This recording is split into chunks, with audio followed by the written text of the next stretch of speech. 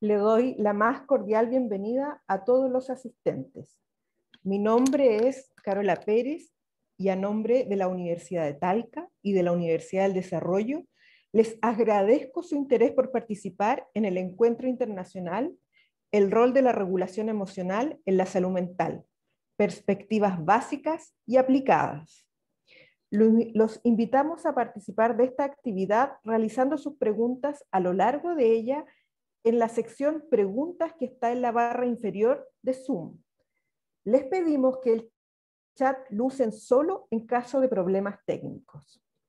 Comentar además que esta actividad está siendo transmitida a través del canal de streaming de la universidad uddtv.udd.cl y durante los próximos días dejaremos disponibles los videos de las actividades autorizadas por sus expositores en el sitio web de la facultad. En este instante contaremos con dos expositores. Quiero presentar a Álvaro Langer. Álvaro es psicólogo de la Universidad Internacional SEC, máster en análisis funcional en contextos clínicos y de la salud de la Universidad de Almería, España, y doctor en psicología de esa misma casa de estudios. Sus intereses de investigación abordan las temáticas de prevención y promoción de salud mental, intervenciones basadas en la integración mente-cuerpo como mindfulness y el estudio de variables sociales y culturales vinculadas al proceso de salud-enfermedad. Actualmente es director del Instituto de Estudios Psicológicos de la Facultad de Medicina de la Universidad Austral de Chile y director alterno del núcleo Milenio IMHAI.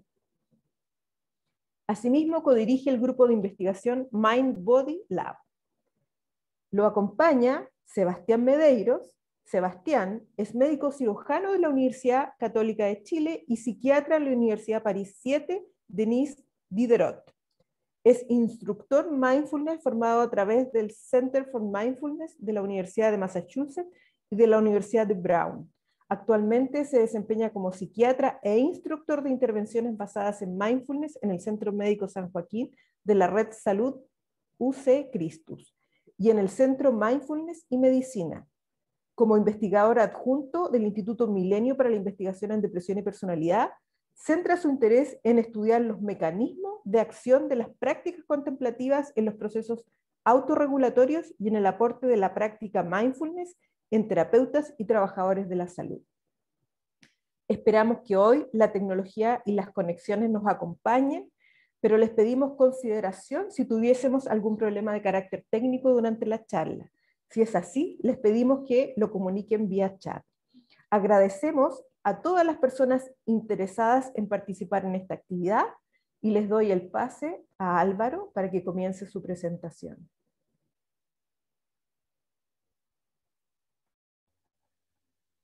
Muchas gracias, Carola. Buenos días a todas y a todos. Voy a iniciar la presentación.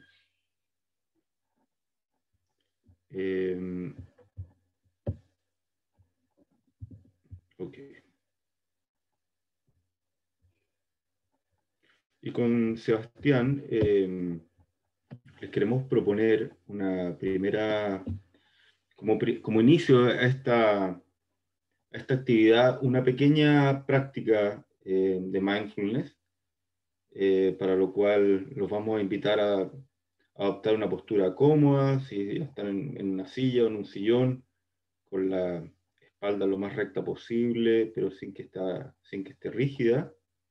Y si te es cómodo, cierra los ojos por un momento y lleva tu atención a las partes de tu cuerpo que están en contacto con la silla o con el sillón o donde estés sentado, si estás acostado. Observa aquellas partes de tu cuerpo que están en contacto, por ejemplo, con la silla. Observa si tu espalda está en contacto con el respaldo o si es solo la zona lumbar o está separada de la silla. Lleva tu atención a los pies. Observa el contacto de tus pies con el suelo.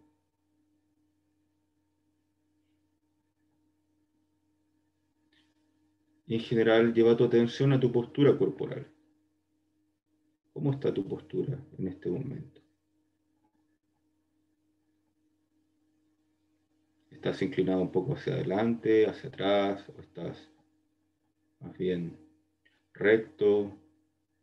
¿Cómo están tus hombros?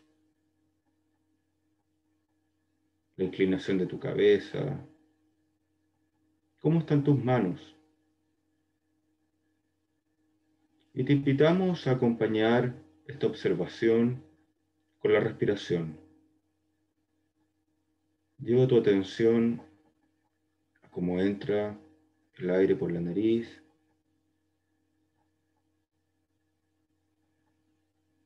y cómo sale por la nariz.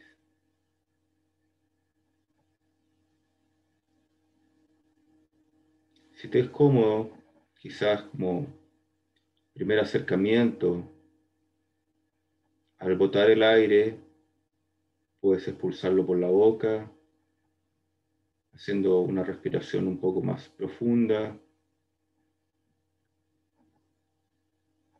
Y al soltar el aire, puedes distender la musculatura del cuerpo. Una vez más.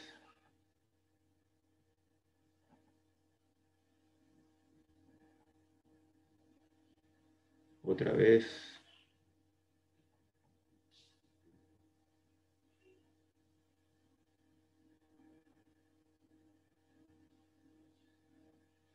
Preparándonos para compartir en esta hora de las presentaciones.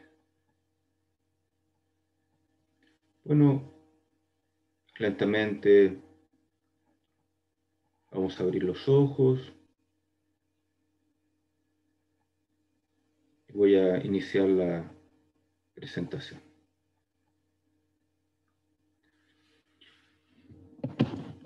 Bueno, la presentación de hoy se titula Autorregulación o heterorregulación, evidencia cualitativa de dos intervenciones mente-cuerpo en estudiantes universitarios. Voy a poner también el cronómetro para no pasarme. Bien.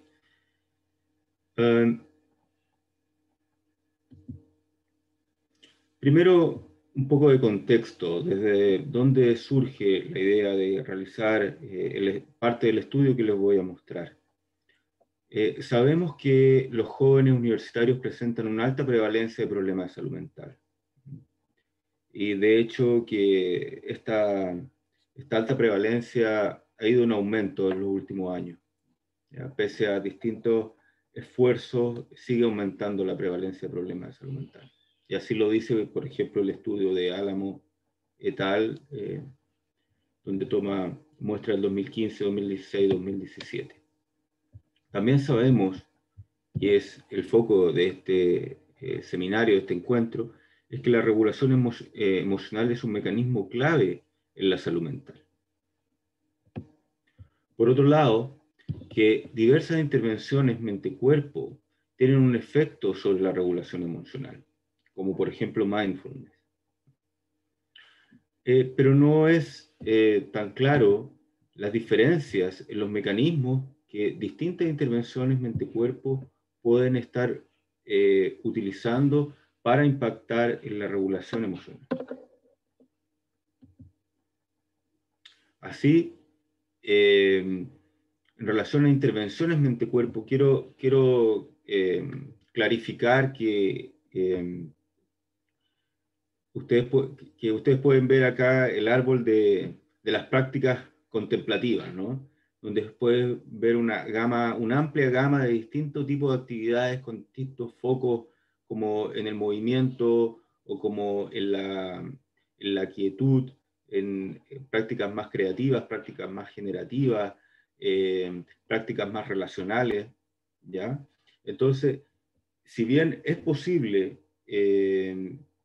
conceptualizar mindfulness como una intervención mente-cuerpo, porque en su eje hay una integración justamente entre la mente y el cuerpo,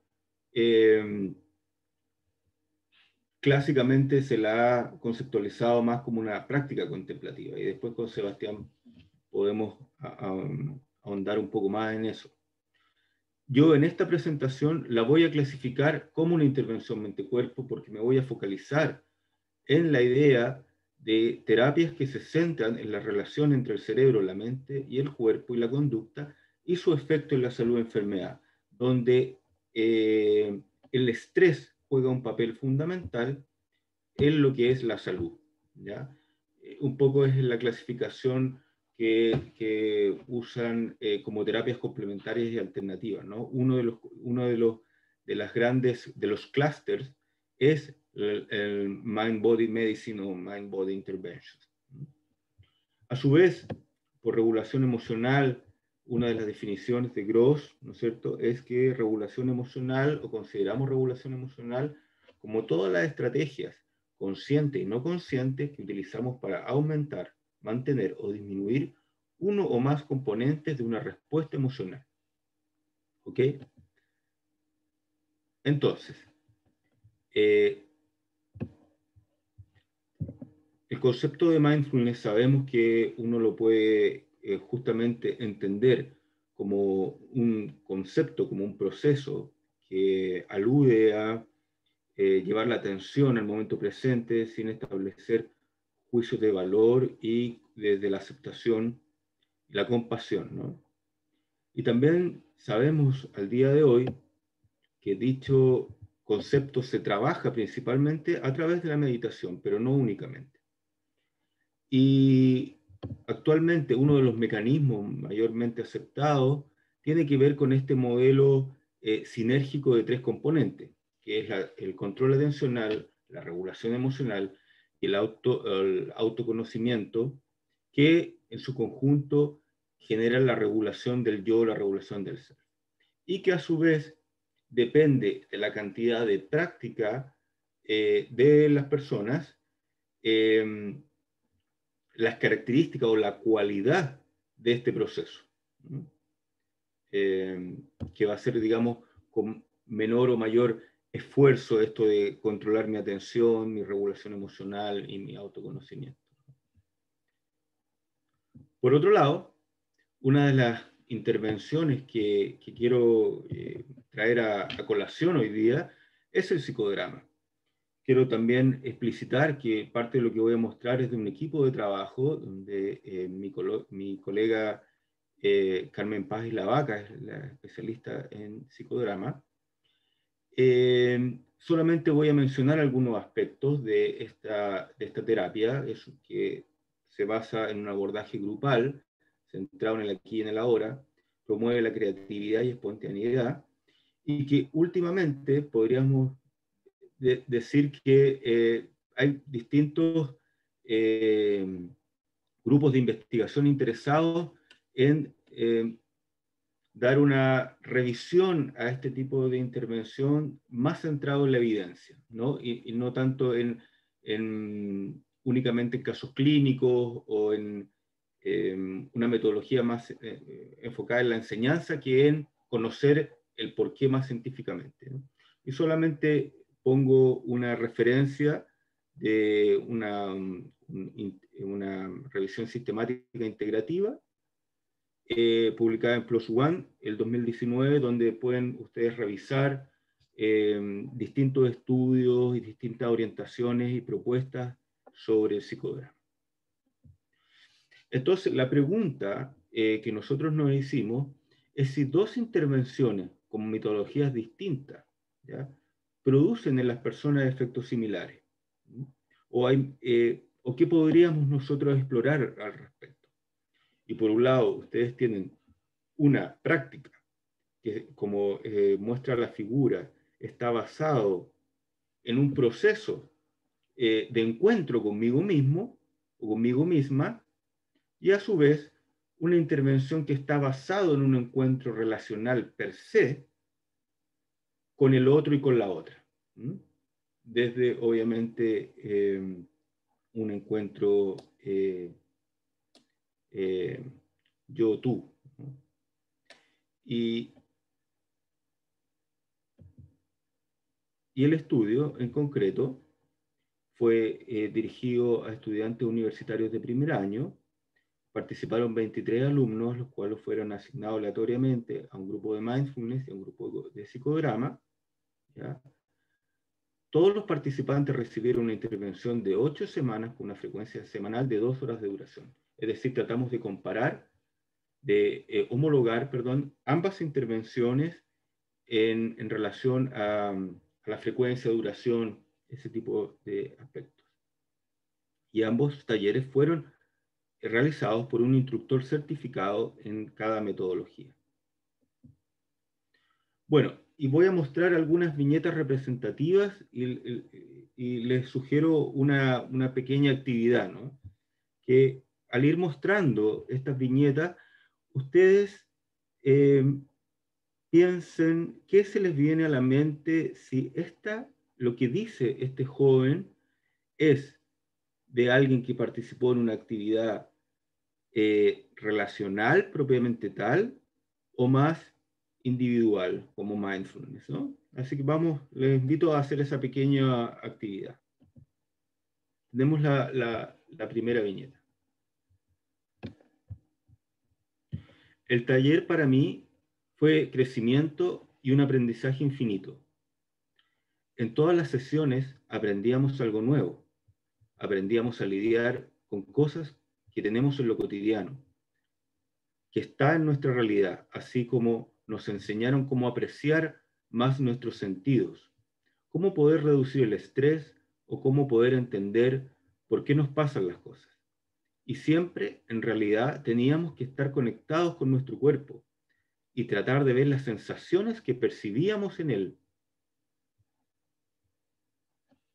Entonces, ahí cada una, por favor, anote que esta viñeta a qué le trae idea, algo más individual o ambas cosas, y después lo vamos a conversar. Álvaro, le están anotando en el chat y te puedo decir que no hay una clara inclinación. Hay gente que habla más de tipo relacional y otros que hablan algo más en la línea mindfulness. Okay. Ahora se está yendo más hacia el mindfulness en los últimos comentarios, pero igual no hay una unicidad en las respuestas. Ok, pueden seguir, vamos a ver otra y después ustedes pueden anotar viñeta 1 igual. Otra. Esto fue por una participante mujer. La siguiente.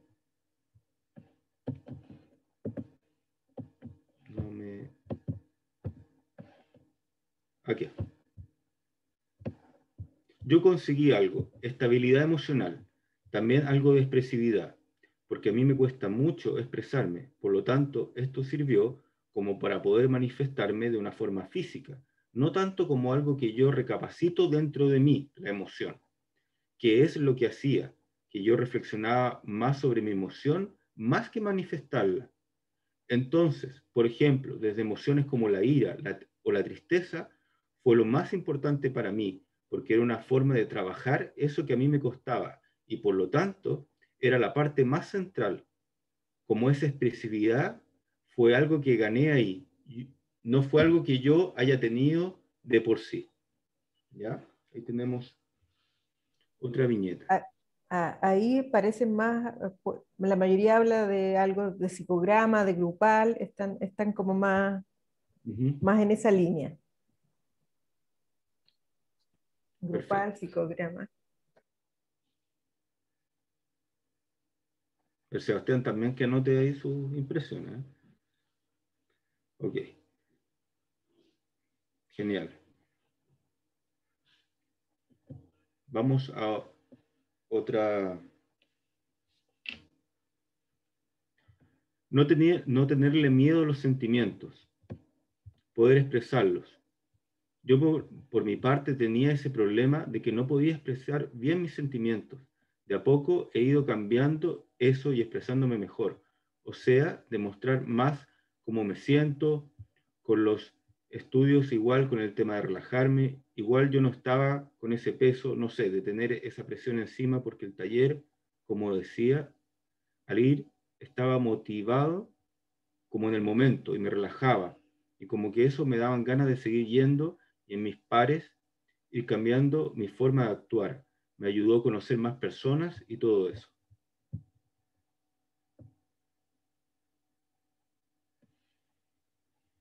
¿Ya? Hay de las dos, hay mindfulness y psicodrama. ¿Ok? Perfecto. Sí. Voy a ir con la siguiente para ir un poquito más rápido. Acá. Es un ambiente acogedor, de respeto. Todos somos iguales, donde hay confianza en el grupo, con la gente nueva. Por ejemplo, hay grupos en que siempre hay gente que es un poco más, no sé, si pesada, o sea, hay de todo en un grupo. Pero en este taller sentí que todos estábamos ahí para aprender cosas nuevas y mostrar partes de nosotros que quizás en otro ambiente no lo hubiéramos hecho. Para que ustedes anoten también. Es algo paulatino, porque yo también estaba dispuesto a hacerlo lento. Yo creo que es como algo que yo iba determinado a aprender, pero sabía que iba a demorar. Entonces tampoco me estresé ni me frustré cuando no me salían las cosas. Sabía que era lento el proceso y sigue siendo lento porque yo creo que todavía estoy en esa fase. Claro, terminó el curso, pero sigo aprendiendo. Y ya las últimas. Al principio me daba vergüenza, me daba como vergüenza, miedo. Igual yo considero que con gente que no conozco, a veces me da como más miedo expresar cualquier cosa. Y otras veces no. Pero fue bastante acogedor, aunque la parte de expresión corporal, como decía yo, con cualquier persona me cuesta, me da vergüenza, más que nada. Eso fue disminuyendo con cada sesión. Ahora estoy mucho más relajado, me di cuenta que no era tan desagradable como yo creía.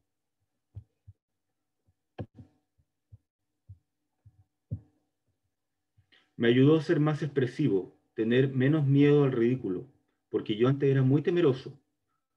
Cuando me da miedo me pongo nervioso, hablo muy rápido, me enredo en las palabras, entonces eso me daba miedo, que se rieran de mí o me digan enfermo, no sé. Y ya con el taller me daba la confianza de decir, no, aunque yo pueda hablar mal, aunque me enrede, igual nomás hay gente que dice, vamos bien. Perdón, gente que dice, vamos bien, vamos que se puede, que de repente en el día tenemos puras cosas buenas, pero un solo error, un solo percance, a uno se le nubla la mente y solo piensa en esas cosas malas. ¿Ya? Bueno, eh,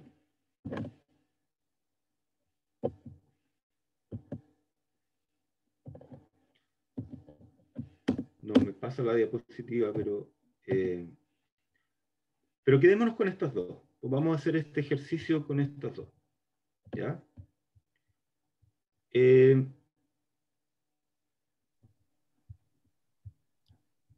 porque acá tenemos elementos, por ejemplo, el elemento de la expresividad, que uno podría pensar que es muy propio del psicodrama, ¿no? Pero bueno, acá les voy a decir que este participante es un participante mindfulness, y hay algo que me llama bastante la atención, aparte que dice que le ayudó a ser más expresivo, pero que hay una evaluación bastante cognitiva del proceso, ¿no? Tanto del proceso de lo que le pasa y cómo solucionar aquello que le pasa, pero también que el otro, en este caso, cuando dice vamos bien, vamos que se puede, es un otro simbólico, es un otro imaginado, versus en otras viñetas donde el otro está presente físicamente, ¿no? Que hablan de pares, el de arriba, la de arriba, que también habla de expresión, es de psicodrama. ¿No? Eh, que también es hombre. Y habla mucho de lo acogedor, del ambiente acogedor del grupo. ¿Ya?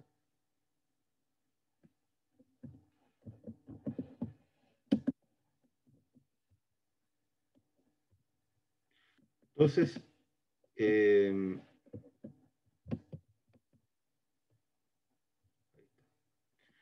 Con estas viñetas nosotros nos hemos planteado algunas líneas de acción, algunas líneas de trabajo por donde ir abordando estas diferencias, ¿no? A grandes rasgos, nos planteamos ciertas similitudes entre mindfulness y psicodrama, que ambos potenciaron niveles de atención, ¿ya? Ambos generaron climas de confianza y ambos generaron apertura hacia la experiencia y favorecieron abordaje ante el estrés. Pero vemos también algunas diferencias y que principalmente mindfulness en su forma de entregar está basado en procesos de autorregulación con énfasis en necesidades individuales por sobre las grupales. ¿Ya? Después podemos conversar cómo la compasión y la autocompasión juegan un rol acá, ¿eh? Pero la intervención principal fue realizada desde mindfulness más clásico, por decirlo así. Y que en el psicodrama hay un proceso basado en la heterorregulación con énfasis en las necesidades grupales por sobre las individuales. A su vez, que focalizar la atención hacia los propios sentidos y hacia la corporalidad en mindfulness como esa invitación hacia la introspección a ver qué es lo que está pasando y desde ahí encuentro la respuesta hacia mí mismo, versus el psicodrama, ¿ya? Que focaliza en las emociones y en la expresión de las mismas al interno de los espacios relacionales. También podemos conversar al final cómo esto se encaja o no con la propuesta de mindfulness relacional, ¿ya?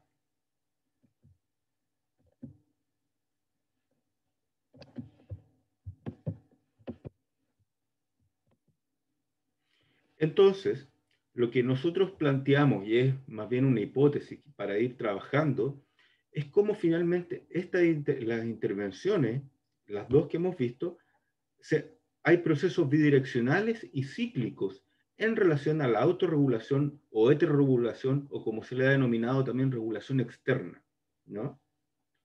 Donde the mindfulness podría empezar desde un aspecto más autorregulatorio, pero que sabemos que para que se mantengan las prácticas, para que se mantengan esas competencias, uno necesita del grupo. E incluso la invitación siempre en los talleres de mindfulness es que uno se junte con otros, se agrupe, es decir, hay una invitación a la grupalidad y uno podría decir que hay una también invitación a que para que eso se mantenga yo necesito de alguna otra forma un refuerzo externo.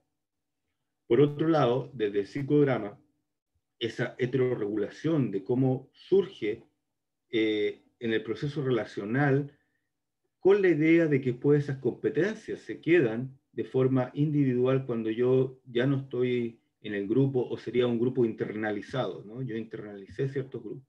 Entonces, ustedes, lo que nosotros vemos es que hay que son dos caminos, ¿no?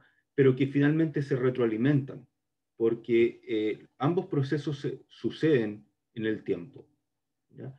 Para finalizar, entonces, las intervenciones presentan diferencias en la metodología utilizada para la adquisición y fomento de los procesos regulatorios, que dichos procesos serían bidireccionales y cíclicos, que en ciertos momentos de mi vida podría necesitar uno u otro mecanismo regulatorio. Interesante que los estudiantes se pueden beneficiar de resultados similares, porque hay otros aspectos, este fue un estudio mixto y tenemos datos cuantitativos que nos hablan que donde fue efectivo mindfulness, también fue efectivo psicodrama, y donde no fue efectivo mindfulness, no fue efectivo psicodrama. Es muy similar, pero que la metodología es distinta. Por lo tanto, podemos personalizar intervenciones de acuerdo a las características y los valores de los participantes. Sabemos que para ciertos jóvenes puede ser muy ansiógeno esta invitación tan directa hacia mirar hacia adentro. Y a su vez, para otros chicos o chicas puede ser también muy amenazante directamente ir a relacionarme con un otro, ¿ya? Aunque obviamente todo es paulatino y sistemático en ambas intervenciones. Futuros estudios podrían aumentar la comprensión a largo plazo de estos procesos regulatorios, especialmente puede ser desde mecanismos bottom-up o top-down, que Sebastián también va a mencionar, involucrados en la adquisición de estas competencias. Muchas gracias. Les dejo una foto del Parque Zabal de Valdivia y también cuando sea posible puedan venir aquí al sur de Chile. Quienes no estén ahora escuchando desde el sur de Chile, por supuesto. Muchas gracias. Gracias, Álvaro. Sebastián, todo tuyo. Micrófono. ¿Ahí se escucha? ¿Se Sí, escucha? está bien. Sí, Okay, está bien. ya. Voy a compartir la pantalla.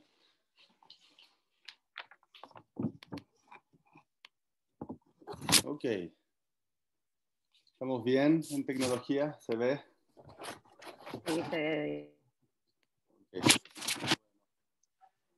Muchas gracias por la invitación a este congreso, ¿no es cierto? Gran simposio. Y gracias, Álvaro, por tu presentación que me ayuda para sentar algunas directrices.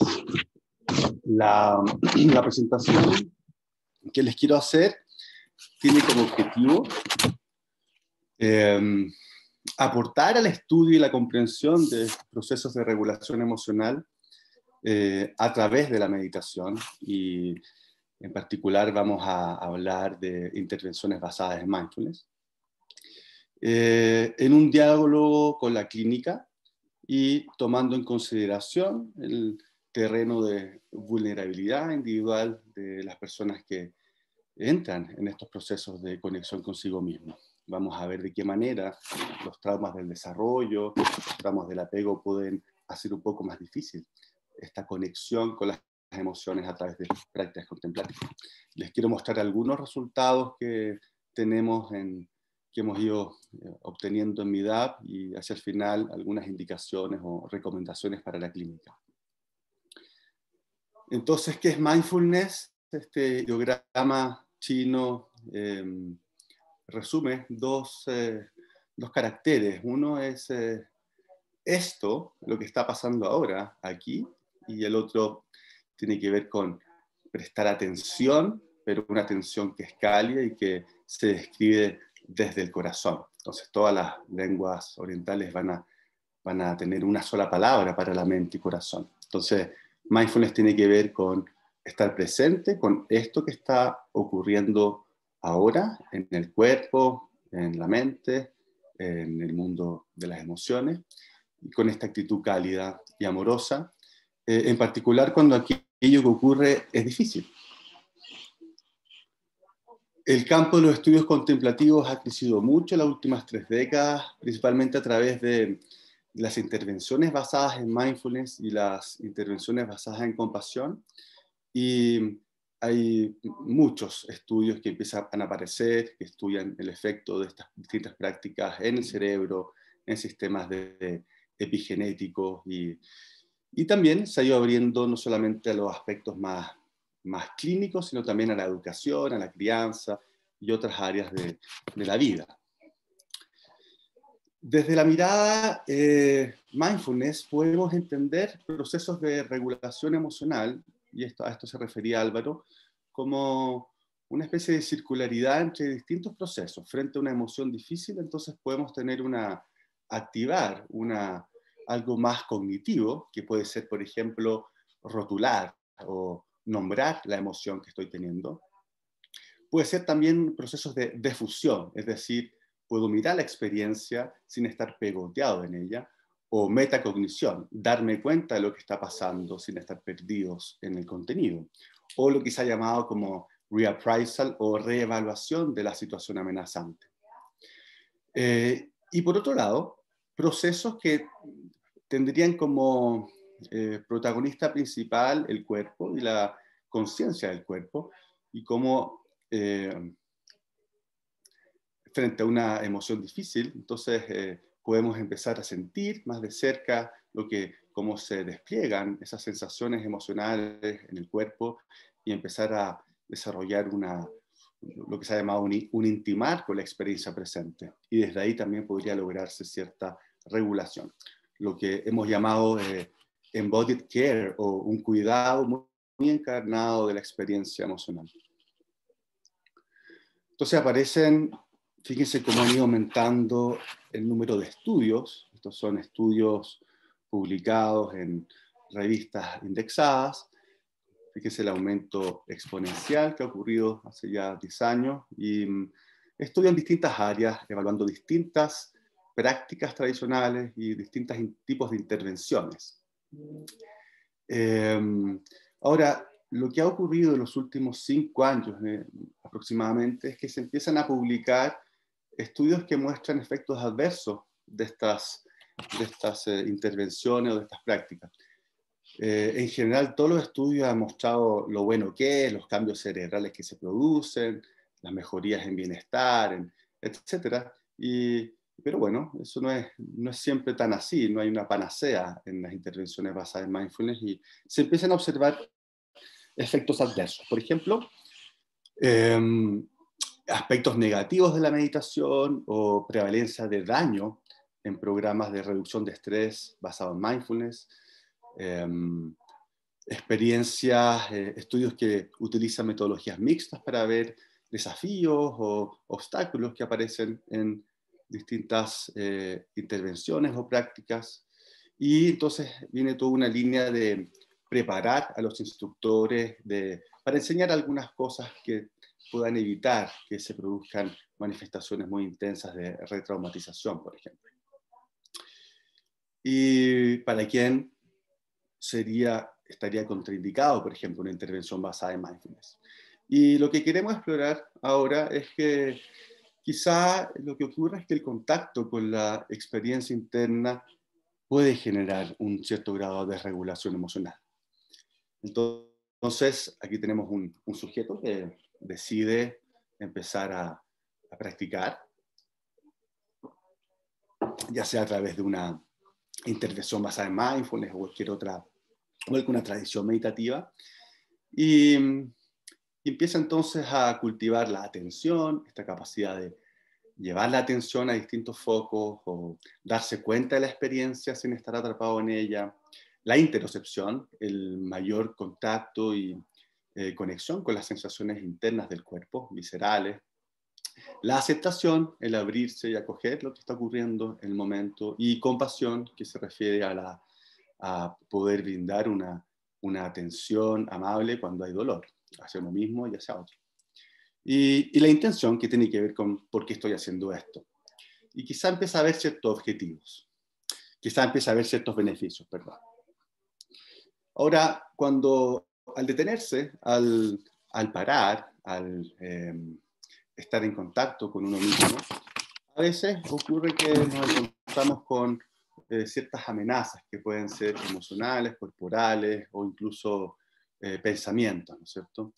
Y la forma como vamos a regular esa experiencia quizá traduce todo lo que ha sido nuestra historia y el impacto del ambiente afectivo precoz en formas en cómo hemos ido desarrollando estas habilidades regulatorias. El impacto, por ejemplo, de la negligencia o de fallas precoces, la construcción del aparato psíquico y sistemas de autorregulación. Hoy en día sabemos que nuestra historia precoz tiene un impacto epigenético en el cerebro, en los ejes de regulación del estrés y en procesos de microinflamación.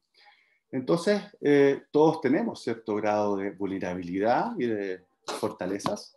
Vamos a tener distintas capacidades regulatorias, vamos a funcionar con mayor o menor activación o arousal o ventanas de tolerancias, y a veces la experiencia temprana adversa puede generar autoconceptos negativos de nosotros mismos. Entonces, quizá al exponernos a la propia experiencia, cuando es difícil, podemos encontrarnos con ciertos obstáculos. Y quise llamarlo obstáculos y no efectos secundarios o efectos adversos, porque me parece que es parte de los caminos contemplativos, el ir llevando mucha curiosidad a lo que aparece en ese encuentro con uno mismo. Y entonces lo que nos interesa desde un punto de vista de investigación es poder entender procesos y también predictores individuales. ¿Para qué? Para ir hacia una indicación adaptativa. ¿Para quién? ¿De qué manera? ¿Cómo? ¿Qué prácticas? ¿Cuánta duración? Etcétera. Este es un estudio que salió el año antepasado, que van a hacer una correlación entre antecedentes de trauma y historia de estrés con síntomas que puedan ocurrir al meditar. Aquí utilizaron una meditación breve de 15 minutos de contacto con la respiración y una serie de resultados interesantes. Quiero centrarme en esto, en cómo experiencias tempranas adversas van a tener, digamos, se va a observar mayor dificultad al atender la respiración. Y esto es importante porque la respiración a veces ha sido como el eje central de las prácticas meditativas y de focalización de la atención, y lo que se empieza a observar es que no siempre está disponible. A veces es amenazante, a veces ese contacto con esta zona del cuerpo puede ser difícil. Y entonces nuestro objetivo en MIDAP, en el grupo que estamos aquí investigando, haciendo estudios, es explorar las relaciones entre estas vulnerabilidades tempranas y las capacidades reguladoras en el campo contemplativo hacia una investigación que sea sensible a lo traumático, con el fin de poder refinar intervenciones clínicas o informar hacia mayor beneficio y evitar desregulaciones o cosas que no sean de mayor utilidad. Y entonces algunos resultados que hemos ido obteniendo, este es un estudio correlacional que hizo Nicole Cohen, que dirigió Nicole Cohen, y aquí son 100 personas que van a empezar un proceso psicoterapéutico o una intervención basada en mindfulness, y lo que medimos fue puntajes de mindfulness. Se miden a través de una serie de cuestionarios. Hay uno el que utilizamos es el 5-Factor Mindfulness Questionnaire, y medimos también vulnerabilidad a través del OPDSQ, que es un cuestionario que da cuenta de nuestras capacidades autorregulatorias, nuestra capacidad de percepción, de regulación, de vínculo. Y lo que observamos es que hay un impacto del funcionamiento de la personalidad, de nuestra estructura, que a su vez traduce nuestra historia, por decirlo así, psicoafectiva, un impacto de esta vulnerabilidad en nuestra capacidad o nuestras habilidades mindfulness. Y ese impacto daría cuenta de aproximadamente un 38% de nuestra habilidad mindful. Este es un estudio longitudinal que se publicó hace poquito, donde un estudio piloto chiquitito con 6 personas, donde hicimos una mirada mixta de autorreportes, entrevistas microfenomenológicas y algunos correlatos fisiológicos que ocurría en sujetos que participaban en un programa de 8 semanas. Y lo que hicimos fue que se realizaba una entrevista en donde se evocaba una situación difícil, emocionalmente difícil, y luego a través de una descripción muy detallada de los procesos íbamos obteniendo información fenomenológica de lo que las personas hacían para resolver o para lidiar con ese conflicto emocional. No vamos a entrar en detalles, pero básicamente antes de la intervención las personas entraban en modos negativos de resolución, principalmente a través de la rumiación, y quedaban en un estado emocional negativo, y a nivel de emociones, las emociones iban en aumento, era difícil poder distinguirlas entre ellas, y los pensamientos que se asociaban y el trato hacia uno mismo en general era negativo, con juicios o necesidad de controlar. Después de la intervención, entonces, frente a la evocación de un conflicto emocional, lo que observamos fue que ocurrió menos rumiación, y las estrategias que utilizaron permitieron una mayor diferenciación entre las distintas emociones y un trato hacia uno mismo más compasivo, con más cariño, más autocuidado, menos enjuiciamiento. Y aquí el cuerpo fue interesante, como en momentos difíciles puedo yo atender mi experiencia corporal, darle espacio para que así se vaya regulando. Mientras hacíamos estas entrevistas, mientras las personas evocaban una situación difícil y describían lo que hicieron, les estábamos midiendo correlatos fisiológicos con un electrocardiograma y para ver si habían correlaciones entre la vulnerabilidad y el sistema y la actividad simpática. No observamos grandes correlaciones, era una muestra chiquitita, pero sí hubo un hallazgo interesante acá en post-intervención, en donde pudimos ver al momento de evocar la situación difícil, observamos una correlación entre vulnerabilidad y activación simpática, es decir, mayor sensación o correlato fisiológico de un estado de amenaza. Y entonces lo que nos hace pensar, esto es para futuros estudios, es que de alguna forma mayor conexión con la experiencia revelaría aquel funcionamiento estructural y podríamos observarlo también a nivel fisiológico. Y estos son datos que estamos en preparación, tuvimos que pasarnos a online, pero estamos ahí adaptándonos a la investigación. Y la pregunta que nos interesa ahora también es de qué manera la vulnerabilidad afecta el cultivo de habilidades contemplativas específicas, por ejemplo, la capacidad de conexión con el cuerpo, la autocompasión y mindfulness. Y en una muestra de 31 personas que hicieron un programa de reducción de estrés basado en mindfulness por 8 semanas, medimos qué pasaba antes y después en estas variables, midiendo también su vulnerabilidad a través de la escala del OPDSQ. Y no observamos un gran impacto de la vulnerabilidad en la interocepción o en el cultivo de mindfulness, en los cambios en interocepción o cambios en mindfulness con esta muestra pequeña, pero sí lo observamos en el cultivo de la autocompasión. Y aquí es interesante este dato a nivel clínico porque el cambio, la mejoría en autocompasión estaría moderada por el funcionamiento de la personalidad.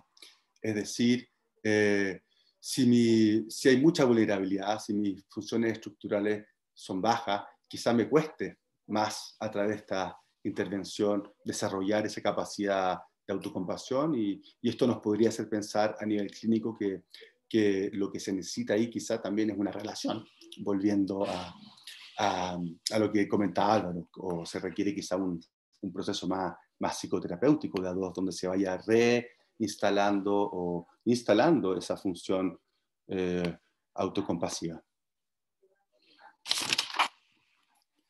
Y estamos con el tiempo un poco apretado, pero bueno, aparecen una serie entonces de miradas de mindfulness y trauma, o mindfulness sensible al trauma.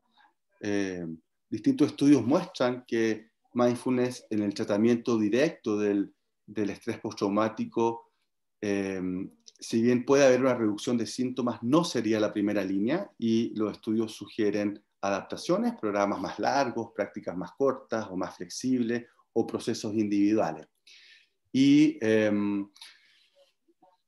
a modo como de indicaciones clínicas, quizá es bueno saber, tanto para uno como si estamos trabajando usando mindfulness como práctica con otras personas, va a ser muy importante anticipar que pueden haber momentos difíciles y dar recursos y dar permiso. Entonces, que las personas puedan decidir, por ejemplo, llevar la atención hacia zonas más seguras, hacia afuera, hacia los sonidos, o hacia adentro, pero, por ejemplo, a través de ciertas imaginaciones o prácticas más generativas.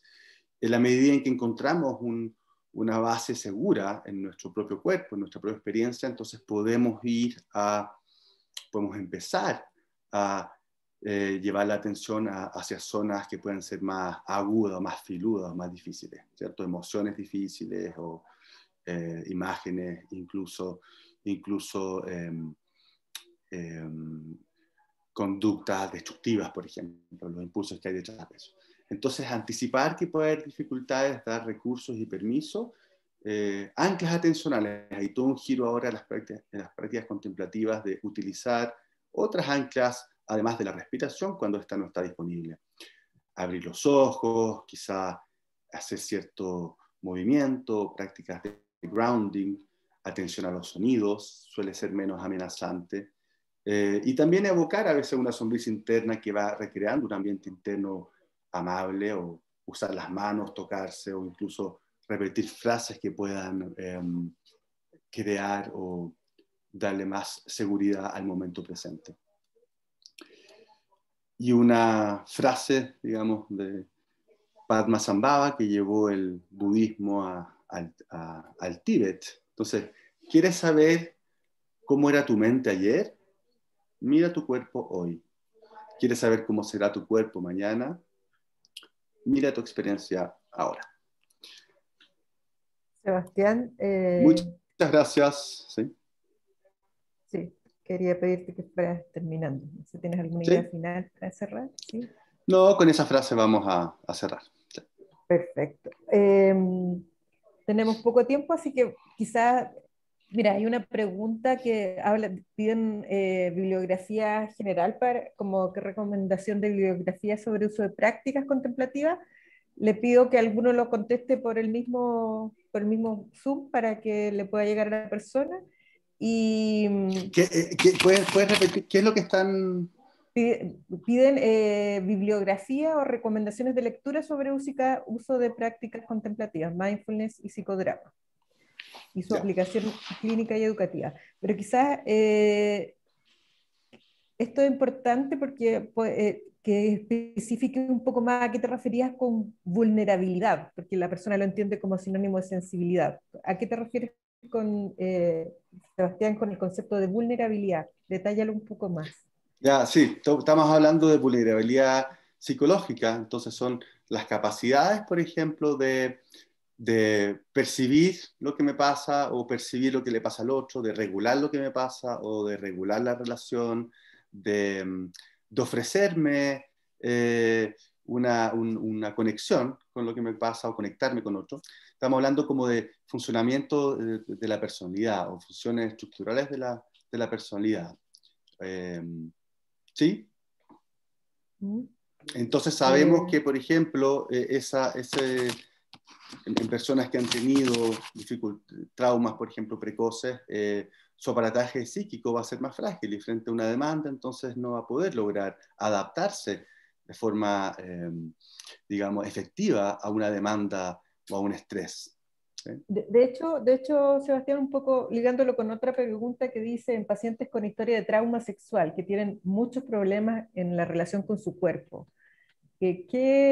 ¿cómo ocupar el mindfulness en ese caso? ¿Qué adecuaciones, qué cuidados? Súper importante esa pregunta. A ver, primero, lo principal es tratar de encontrar algo que se sienta seguro, un ancla segura, por ejemplo. Entonces, puede ser necesario mucho tiempo de practicar atención puesta, por ejemplo, en las sensaciones de las manos, o de los pies, o de los sonidos. Entonces, poder fortalecer la atención, un foco en un ancla segura. Y solo cuando está eso ya muy establecido, yo puedo empezar a eventualmente llevar la atención a emociones o impulsos o recuerdos traumáticos. Siempre como haciendo un vaivén. Entonces, me expongo, es como entrar a una terma de agua hirviendo. Entonces, yo meto la mano, si me empiezo a quemar, saco la mano. No queremos retraumatizarnos con el contacto con la propia experiencia. Entonces, saco la mano a un lugar seguro, llevo la atención a las manos, a los sonidos, por ejemplo, o a la respiración, que se siente disponible, y luego entonces puedo empezar este camino de ir volviendo a sentir, digamos, la experiencia traumática, pero dándole un contexto que es un ambiente interno más seguro. Ese es como el trabajo del trauma tiene que ver con reexperimentar de alguna forma lo sucedido, pero dándole un contexto distinto, que probablemente no estuvo cuando eso ocurrió, ¿cierto? Un contexto de cuidado, de protección, y así entonces se va integrando estas memorias traumáticas. Pero se requiere de mucha estabilidad y de tener bases atencionales o focos atencionales que nos permita volver a algo seguro, ¿cierto? Como, de alguna forma, con las prácticas contemplativas se va desarrollando una especie como de apego interno seguro, una base desde donde yo puedo ir a explorar otros aspectos más desafiantes de mi experiencia. Gracias, Sebastián. Entonces eso se aplicaría no solo en el caso de trauma sexual, sino que en traumas en generales, como esta idea de tener como en el desarrollo de las prácticas contemplativas un espacio seguro, una conexión segura con, que nos permita a la cual volver en caso que la exposición nos genere mucha angustia, nos genere mucho arousal o nos recontacte demasiado con las experiencias traumáticas. Álvaro, una pregunta que aparece acá que tiene que ver con lo que conozco de tu experiencia. Dicen recomendaciones sobre lecturas de prácticas contemplativas, pero dicen aplicaciones educativas. Yo sé que tú tienes experiencia en eso, quizás podrías dar alguna recomendación o hablar de algún programa en específico pensando en prácticas contemplativas en contextos más educativos. Bueno, hay mucha literatura al respecto. Si quieres después, Carola, no sé si tú le podrías enviar a todas las personas que se están inscritas en este panel, específica, que no tengo ningún problema en llevarla. Bueno, quizás es mejor que la gente interesada te escribir o dejamos un par de textos que puedan ser compartidos libremente. Podríamos, no sé si está Jesús, podemos dejar, aquí voy a preguntar a la organización técnica. Jesús, ya, podemos pero en el fondo lo interesante, enviar como un link a los la asistentes, página. sí podemos. Ok, ya, entonces ahí lo vamos a ver. Pero quizás comentar algo de tu experiencia en educación, como, cuáles serían como los énfasis o como desde la experiencia de cómo ha sido la aplicación de estas prácticas en contexto educativo. lo interesante es, bueno, saber que hay muchos, distintos programas con distintos énfasis que se han aplicado al contexto educativo, con adaptaciones, por ejemplo, para la universidad, con adaptaciones de cómo esto se relaciona al estrés académico, etcétera. Y dentro de lo que podemos enviar o de lo que puedo enviar es que puedan revisar distintas revisiones sistemáticas que se han hecho al respecto. Diría que el desafío hoy en día es de cómo esas competencias que uno promueve a través de la práctica de mindfulness son sustentables en el tiempo, de cómo se quedan instauradas en los centros educativos. Ese es el desafío. El desafío ya no es aplicar solamente el taller, que hay varias iniciativas en Chile en los últimos 5 o 7 años, en colegios más vulnerables, menos vulnerables, de enseñanza media, con enseñanza básica, en regiones, en Santiago. Eso ya está hecho. El tema es cómo damos el siguiente paso, y el siguiente paso tiene que ver a pensar en organizaciones educativas mindful, ¿ya? Y para eso se requiere un cambio en la dinámica organizacional y en la dinámica cultural del centro educativo, como el para qué, ¿no? Que no es solamente reducción del estrés, sino reducción del estrés para qué.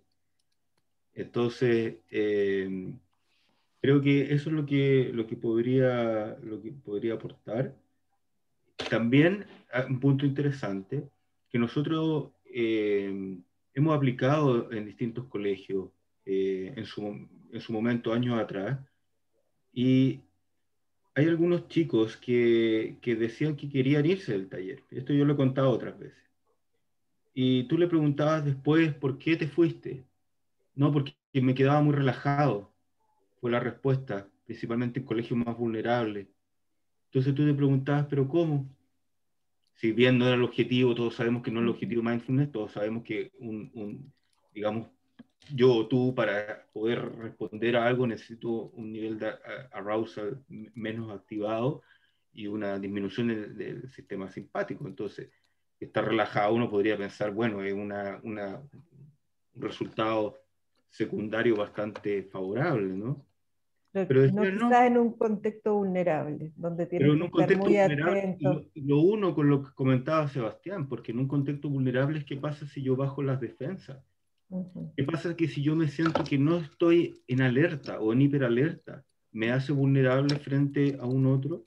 Me hace Ujú. vulnerable frente a un sistema que a lo mejor me exige cosas que me obligan a estar en alerta. Ujú. Entonces, el desafío, Carola, no es solamente implementar un taller, porque sabemos que eso no genera las competencias, como dice Rodrigo Brito. Eso es bueno para los estudios de mindfulness en educación, pero no para la educación en sí. Entonces, claro, o sea, los estudios de efectividad, los RCT son buenos para promover mindfulness, pero no necesariamente para la educación en sí.